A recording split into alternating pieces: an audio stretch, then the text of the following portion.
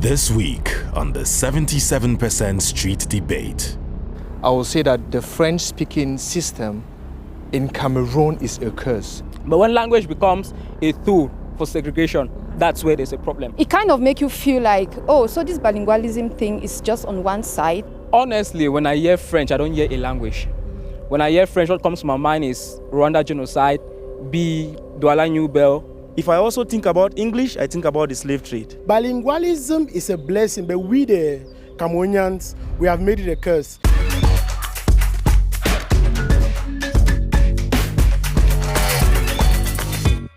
Hello and welcome to 77%. My name is Marivon Sofo. Now, you're presently in the beautiful city of Buea, Cameroon. And for Cameroon is known as a country with two official languages, that is French and English. For a country with over 200 plus ethnic languages, this somehow doesn't sit right with some people, and we are here to find out why. I'd like to start with you, Barrister Leongar. Should we say this is a curse or a blessing for our nation? As a Cameroonian youth, I believe that I should take advantage of bilingualism, and bilingualism should not take advantage of me. What I'm trying to say is that bilingualism is more of an advantage, more of a blessing than a curse. If the youths can take advantage of bilingualism, it's going to project them. It's going to open the door for opportunities. Even the government had knowledge that bilingualism is a blessing. They have taken different steps. You have Regional Bilingualism Center, you have the Bilingualism Commission, but that notwithstanding, the nature or the approach that the youths are really being thrilled into aspects of bilingualism makes it to be more of a curse than a blessing. Youth should take advantage of bilingualism and not bilingualism taking advantage of them. Sally Georgette, you're a humanitarian and advocate. Do you buy, is everything that he's saying, does it sync with you? Yes, okay. Somehow. 60% of what you just said. I want to hear about the 40%, which doesn't sync with you. When you see that we go to the French side, we have some difficulties giving acquaintance when you want to pursue some certain things as documentation, and also when you want to buy some business items. And most of our papers work are being done in French, and it gives some difficulties for English-speaking people to really translate and really get to it. Yes, the French is nice, but what we are trying to say here in Cameroon is the system of Cameroon has made it in such a way that the French-speaking people are actually killing the English-speaking people. They are the people killing us, because each time you see maybe a military around you, they don't care to understand if you speak English or whatsoever. They just want to, all we see them is brutalization. That's all what we know about it. You go to Yaoundé, you go to anywhere, passing your document, you know that you will not be heard. There's nothing you will do. So you better work in your English domain, and they are not listening to any English. I want to quickly talk to Pen Boy.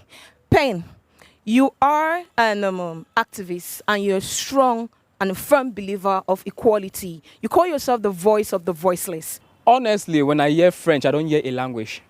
When I hear French, what comes to my mind is Rwanda genocide, B, Douala New Bell. I'm sure you understand what I mean. Yes. That's what comes to my mind. French here is not just a language, it represents a system. I don't have a problem with people learning more than 2 languages. It's beneficial to you as an individual. Yes. But when language becomes a tool for segregation, that's where there's a problem. Okay. And I think that's what we're facing.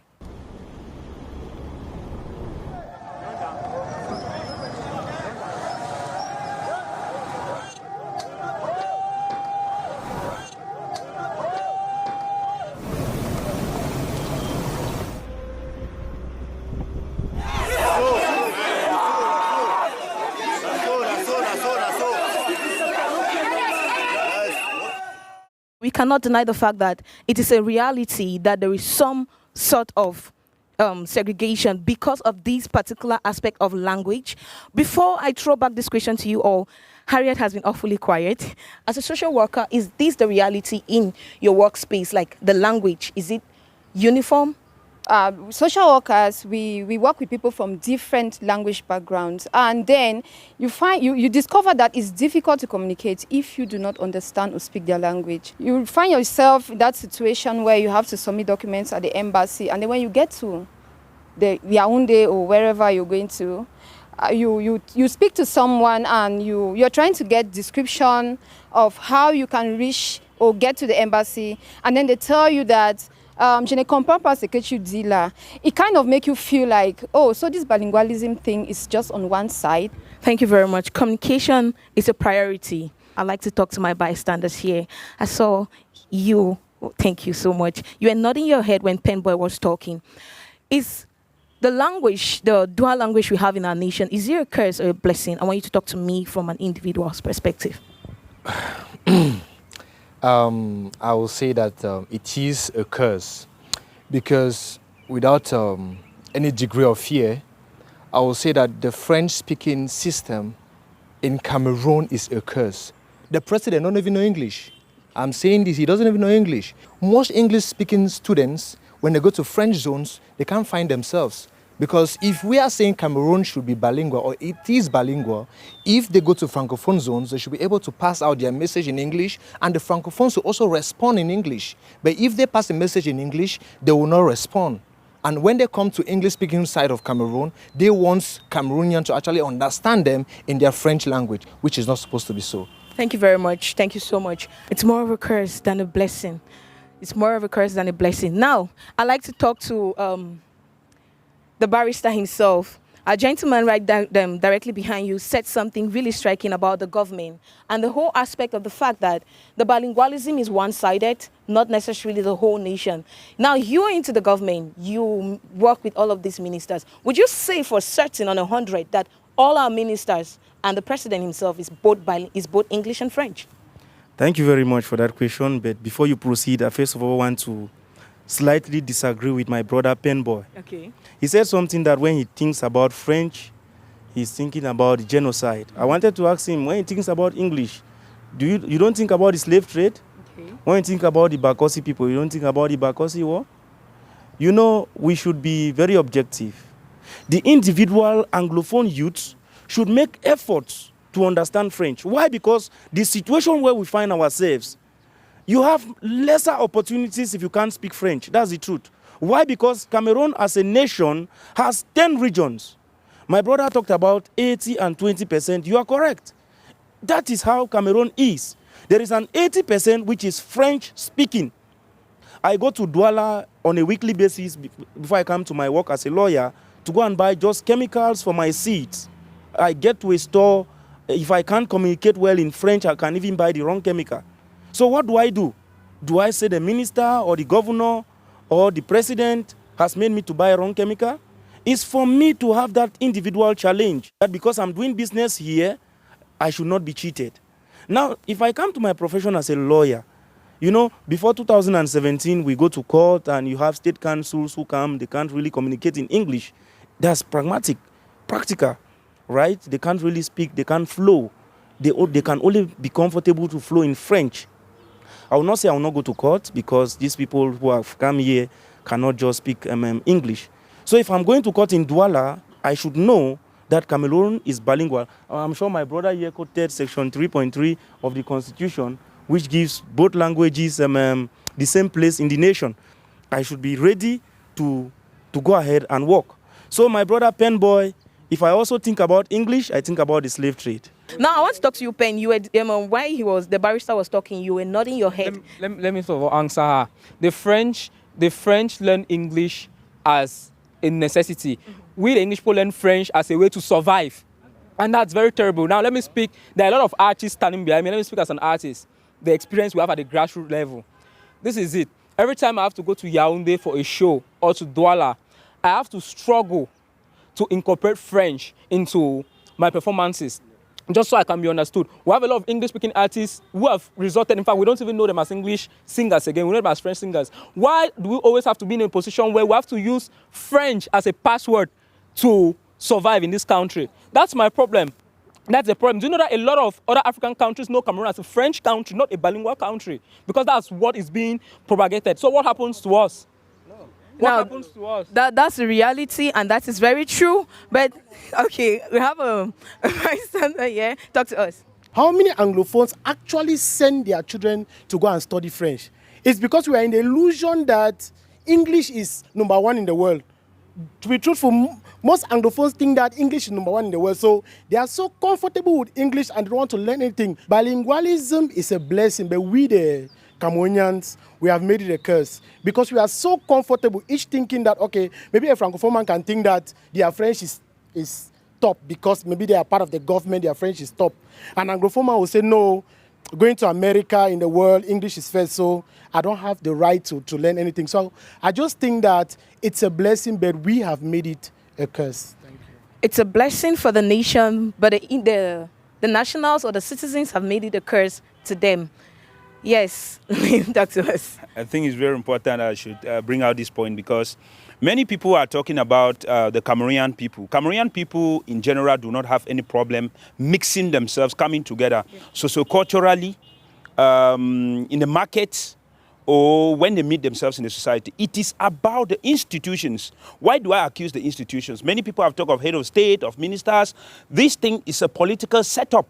The political setup of the country is made in such a way that one language is having complete dominance over the other, and the person who incarnates the state, who is the first citizen of the state, do not care about the other language that have equal status with the other. This is where the problem is coming from. And those who are in the system as the party in power and those who are appointed as the various ministers do not care about the other language. They keep it aside at the courts, they keep it aside in the schools, they keep it aside in the markets, and they create the psychological stigmatization of the minority group of people whose language is supposed, as they claim, to be the superior language in the world. But when it comes to their country, it is the inferior language in the country. And this creates that sense of feeling like, why should in Cameroon,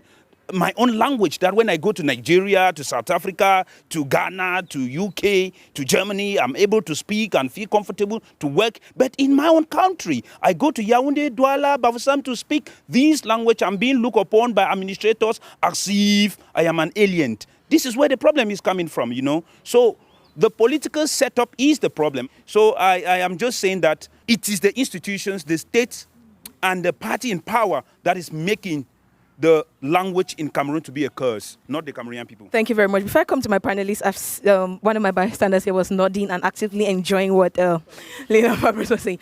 Do you want to add something? Talk to us. Well, what he said, I somehow agree with him, right? Being opportune to grow up in the French region, in Douala, for instance, when going to school, I acted like him. We make as if we don't know the French part of it, simply because when you want to speak English, it's like, oh, la bamenda elle en coup de parler. That's what is always going on. And somehow I felt like I should not just speak the language. Let me just say what I know already and learn the French silently. And like he said, it's not the people, it's the institution. Our government, how many documents come out from the government that are being in English? They always come out in French. And we have to start struggling to translate it to English, and that's not what we're talking about. To say Cameroon, the country as a whole, it's a bilingual nation, not an individual person being a bilingual person. Thank you very much. It's a bilingual nation and not an individual person being bilingual. I want to get your own point of view. I see that you look more diplomatic, and we've been talking about the institutions being bilingual, or talking about the aspect of the institutions affecting the bilingual nature of the country. What do you have to say? First of all, looking at the institutions proper, I would say it's more of a curse than a blessing. Why? Because institutionally, in case the level of bilingualism was supposed to be put on the balance scale, it's going to be a blessing. But practically, we realize that French system is more dominant than the English system. That's why it's more of a curse than a blessing. The institutions need to realize that Cameroon needs to be bilingual insofar as the language, both in theory and practice, is concerned. If there's a balance both in the language, there's a balance both in the practice, then I'm sure Cameroon is going to be a safe haven. I take it that you're a lawyer because your 3 examples were about the court and lawyers. Am I right? I was a law student, Master in International Law. Masters of International Law. Thank you very much. I'm a good guesser. All right. So, Harriet, He spoke about the institutions. He talked about the practicality of it being a curse. If we have to put it on the balance scale, right, to check if it's a curse or a blessing, if we maybe just put it by word of mouth, it's going to be a blessing, but practically it's a curse. Is that true for you? Yeah, yeah, it's a curse. I had this experience when I got to Yaoundé. You have to move, you have to go to the French-speaking regions to get these opportunities. In fact, there are opportunities there more than we have here. So you have to just learn the language. I'm encouraging everybody to learn the language. There's this other time I attended a conference because I'm a peace ambassador, still in Yaoundé at the National Assembly, and everything, almost 70% of what was said was in French. Imagine, I could not talk. But how do you go for a conference and you cannot talk? I had a lot to say, but I could not say anything because I could only speak English. So I think it was a barrier on my part. So we have come to the conclusion that the language is a blessing, but now there's a problem with the institution. The institution is a curse, but now my problem now is why is the institution a curse to the nationals of the country, Cameroon? I want to hear from you, Penbo. Let's talk about people, English people who are here, who want to live and survive in Buea and make money here. How? How? Without necessarily going to Yaoundé. Why do we have to go to Yaoundé every time? Why do we have to go to the French zones to survive? Don't we exist here? So now Pembo has brought an aspect. He has brought an aspect. Now we are putting the language aside. We're talking about the French and the English as a system. Why do the English people have to go to the French side to survive? Your hand has been up. I'll come to you. Yeah, I think that the solution to what we are discussing here is to look at how can we all live in a territorial delimited area called Cameroon, maintaining our identities. Mm-hmm. That's what Penboy is practically saying. And to maintain our identities is simply a complete restructuring of the current system that do not reflect the realities of our country again, and it do not reflect the interests of the people with two bicultural colonial heritage in a single country and with people with multicultural origin, with multiple local vernacular, local languages, and two bicultural colonial heritage. So before I go somewhere, I want to just throw this question to you and get your point. Do you think that if the colonial masters didn't colonize the country, one of our ethnic languages being maybe the national language for the country would have maybe come up to be the national language, would have been a good thing, another bad thing? Yvonne, I'm telling you that we, the young people of Cameroon, are already making proposals of how we should have a unique language for Cameroon, when probably these people who are obstructions to the aspiration of the young people will not be there. That is what we are talking about here. Before we go to the solutions, Penboy, do you think that's the foundation for, or the solution for all of these things, if the government start having inclusions? Yes, I attended a program in Yaoundé one time, and people were discussing, some people in the government, they were discussing, and a youth from the crowd asked a question, one Anglophone youth, and like, why is it that youths are not often included probably in their solutions oriented programs or that? Someone was like, les Anglophones, it's comme vous voir même, like he was like, youths are lazy. That's what he was implying, like Anglophone youths are lazy, like they don't see them. And I start asking myself, why Anglophone someone is lazy? Like, am I lazy? So they have this laissez-faire attitude. It's like they actually don't want us to exist. And I think I'll go what he's saying, like inclusion. But my problem now is we'll keep talking inclusion. We've been discussing this issue of inclusion since 2016. If the Anglophone crisis didn't start, nobody will even discuss about the English people. We'll not even have this debate. Yeah. Thanks to the Anglophone crisis. So I feel like inclusion is not just about discussing inclusion, but how. How? I think that's where we should be. That's how. Yeah. How? Before we come to the how, Sally, you were nodding your head about the inclusion part. Let me hear from you. I was just knocking my head because we always come to inclusion. Yeah. How far we go with implementation? Okay. It's always good to give resolution. The laws are there. They're always there to do rectifications. Are they implementing it? Nobody. I'd like to throw these questions to you. You are the legal mind right here, and you are the person with the ministers and all this, all with the delegations and everything, right? So we've talked about inclusion. How about the implementation? How is it happening? in terms of implementing, you see, if you look strictly on government program in terms of inclusion, like he said, like to enable the youth to be bilingual, to be able to speak English and French, you discover that we have language centers in all the regions. We have 10 language centers wherein you can register and you assess the other language. Because if you assess the other language, you find yourself more practical in the field. Like Penboy talked about going to Douala to do a concert and he had to learn French. That's not a problem. He's trying to expand his market. Now you're talking about it. It's a problem. So it's a problem. It's a problem. Barrister, see, there's a problem. No, Barrister, I want to tell you something. Sir, it's a problem. Barrister, it's a see, problem. Sir, the fact, as I said, sir, the French. Wait, sir, wait. So okay, right, Penboy, just calm down. Barrister. Okay. Wait. The problem is, I want to learn. Calm down, Penboy, calm down. Let me just talk. Barrister, hold on. Barrister, thank you very much. I'm still the moderator. I'll tell you when to talk. Thank you so much. Calm down. Penboy is disagreeing. You're disagreeing. You guys are disagreeing. Now, Penboy, talk to us. I mean, we're all civilized human beings, so Penboy, I said something, right? I speak French, like extremely. I actually did A1. I studied English and French, so I know what I'm talking about. But I chose not to want to know the French again. Why? Because I've said something earlier, right? I want people to learn this French out of necessity, not as a way to survive. I don't want to learn French at the expense of English. That's my problem. I don't want to be in Yaoundé one time. I incorporate myself so much there that the people that start feeling like I'm a francophone and they don't recognize that, okay, this is an English person thriving in Yaoundé or Douala. I want them to recognize me as an English person thriving there. Yes. Thank you very much, Pen.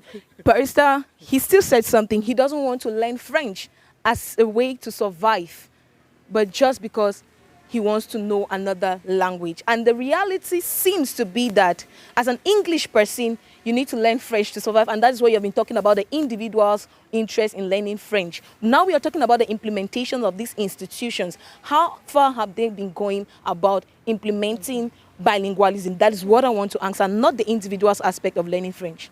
All the laws that are being published in Cameroon today are in French and English.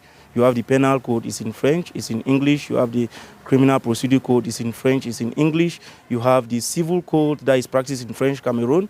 It's more of French and English now. So I can say that the institutions are really doing a lot. Like currently the Bilingualism Center in Buea, that's like the regional bilingualism center. They have classes for French, they have classes for English. Sally, you're rolling your eyes. No, a simple truth is that if we don't go to the basic, how to teach, we say we need implementation from the government, that they should give us good teachers that will lecture and teach our children from the primary section up to the level of the university. We will keep having this problem. And secondly, when you look all our texts, when they want to give a decree of communication, it always comes in French, not in English. How do they want the other people to understand, transmit the language? Communication is the key. That is what I believe. So it should be something of 50-50, inclusion, communication, engagement, and promoting both languages. That is what I see in it. I have a brief question for Barrister. Okay. In a country that claims to be bilingual, why did it take more than how many years for the Bilingualism Commission to be created? And why do we always have to beg? Why do we have to beg, to plead, to the extent of going to war before some things like the Bilingualism Commission that you're talking about can come into place? Just like what Penboy said, I just want to throw light between the language system in Cameroon, going back to the cultures. Yes, we have the civil law and common law system. The civil law is more of educational hegemony. You can go to school through, you have your masters, but to have the job is difficult. While the common law is not, there's nothing like educational hegemony, where you are employed based on your skills, your ability to work, and your qualifications. Lena Fabrice, what do you think is the way forward? I mean, we've come to the conclusion that the English is good, the French is good, the institution is a problem. Social justice, equality, we want the current system to go because they are a nuisance to Cameroonians and the international community. They are not helping us anymore. The system, the political system is the problem. Social justice, the present institution has to go. Sally, what do you have to say? What's the way forward? We need a 50-50 50. And I believe all of us youth standing here, we are change maker. And for you to be a change maker, the change begins with you. So I believe in anywhere you are, and you are a youth in Cameroon, be the change that we want. And start doing the implementation of what we want. Because I believe all of us here can change the Cameroon and to be better more than what we are today. Be the change maker. For any change, for anything called change, it starts with you. So you have to start it first. There is no better way to end this debate than on what Miss Sally just said. This was 77% street debate, but then again, the debate is not over. Let us hear your point of views. Join the conversation going on in our channel, on our YouTube. Join the comment section. Let me hear what's going on in your own country, or what do you think can be the way forward for our individuals or our citizens here in Cameroon. My name is Marivon, and until we meet next time, be you.